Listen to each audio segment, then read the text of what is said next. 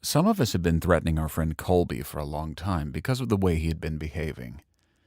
And now he had gone too far, so we decided to hang him. Colby argued that just because he had gone too far, he did not deny that he had gone too far, did not mean that he should be subjected to hanging. Going too far, he said, was something everybody did sometimes. We didn't pay much attention to this argument. We asked him what sort of music he would like played at the hanging. He said he'd think about it, but it would take him a while to decide. I pointed out that we'd have to know soon because Howard, who is a conductor, would have to hire and rehearse the musicians, and he couldn't begin until he knew what the music was going to be.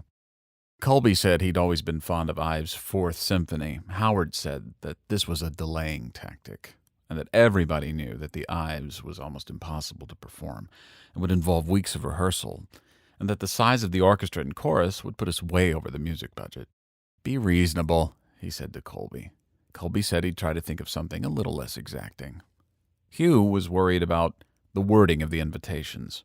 What if one of them fell into the hands of the authorities? Hanging Colby was doubtless against the law, and if the authorities learned in advance what the plan was, they would very likely come in and try to mess everything up. I said that although hanging Colby was almost certainly against the law, we had a perfect moral right to do so because he was our friend, belonged to us in various important senses, and after all, he had gone too far.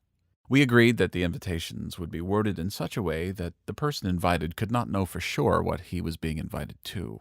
We decided to refer to the event as an evening involving Mr. Colby Williams.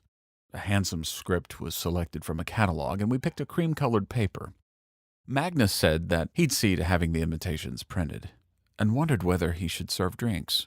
Colby said that he thought drinks would be nice, but was worried about the expense, and we told him kindly that the expense didn't matter, that we were, after all, his dear friends, and if a group of his dear friends couldn't get together and do the thing with a little bit of éclat, why, what was the world coming to? Colby asked if he would be able to have drinks too before the event. We said, certainly. Victor said he liked the idea of doing it outdoors, possibly on the bank of a river, but noted that we would have to hold it some distance from the city, which presented the problem of getting the guests, musicians, etc., to the site and back to town. At this point, everybody looked at Harry, who runs a car and truck rental business. Harry said he thought he could round up enough limousines to take care of that end, but that the drivers would have to be paid. The drivers, he pointed out, wouldn't be friends of Colby's and couldn't be expected to donate their services any more than the bartender or the musicians. He said that he had about 10 limousines, which he used mostly for funerals, and that he could probably obtain another dozen by calling around to friends of his in the trade. He said also that if we did it outside in the open air, we'd better figure on a tent or awning of some kind to cover at least the principals and the orchestra, because if the hanging was being rained on, he thought it would look kind of dismal. As between gibbet and tree, he said that he had no particular preferences and really thought that the choice should be left up to Colby since it was his hanging. Colby said that everybody went too far sometimes, and weren't we being a little draconian? Howard said rather sharply that all that had already been discussed, and which did he want, gibbet or tree? Colby asked if he could have a firing squad. No, Howard said, he could not. Howard said a firing squad would just be an ego trip for Colby, the blindfold and last cigarette bid, and that Colby was in enough hot water already without trying to upstage everyone with unnecessary theatrics. Colby said he was sorry. He hadn't meant it that way. He'd take the tree. Thomas crumpled up the gibbet sketches he had been making in disgust.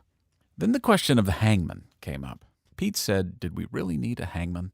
Because if we used a tree, the noose could be adjusted for the appropriate level, and Colby could just jump off something, a chair or a stool or something. Besides, Pete said, he very much doubted if there were any freelance hangmen wandering around the country now that capital punishment has been done away with absolutely temporarily, and that we'd probably have to fly one in from England or Spain or one of the South American countries. And even if we did that, how could we know in advance that the man was a professional, a real hangman, and not just some money-hungry amateur who might bungle the job and shame us all in front of everybody? We all agreed then that Colby should just jump off something, and that a chair was not what he should jump off of, because that would look, we felt, extremely tacky. Some old kitchen chair sitting out there under our beautiful tree. Thomas, who is quite modern in outlook and not afraid of innovation, proposed that Colby be standing on a large, round rubber ball 10 feet in diameter. This, he said, would afford a sufficient drop and would also roll out of the way if Colby suddenly changed his mind after jumping off. He reminded us that by not using a regular hangman, we were placing an awful lot of the responsibility for the success of the affair on Colby himself, and that although he was sure Colby would perform in a credible way and not disgrace his friends at the last minute, still, men have been known to get a little irresolute at times like that, and the 10-foot rubber ball, which could probably be fabricated rather cheaply, would ensure a bang-up production right down to the wire. At the mention of wire, Hank, who had been silent all this time, suddenly spoke up and said he wondered if it wouldn't be better if we used wire instead of rope. More efficient and, in the end, kinder to Colby, he suggested. Colby began looking a little green, and I didn't blame him, because there is something extremely distasteful in thinking about being hanged with wire instead of rope. It gives you a sort of revulsion when you think about it. I thought it was really quite unpleasant of Hank to be sitting there talking about wire just when we had solved the problem of what Colby was going to jump off of so neatly with Thomas's idea about the rubber ball. So I hastily said that wire was out of the question, because it would injure the tree. It would cut into the branch it was tied to when Colby's full weight hit it, and that in these days of increased respect for the environment, we didn't want that, did we? And Colby gave me a grateful look, and the meeting broke up. Everything went off very smoothly the day of the event. The music Colby finally picked was standard stuff, Elgar, and it was played very well by Howard and his boys. It didn't rain, the event was well attended, and we didn't run out of scotch or anything. The 10-foot rubber ball had been painted a deep green and blended in well with the bucolic setting.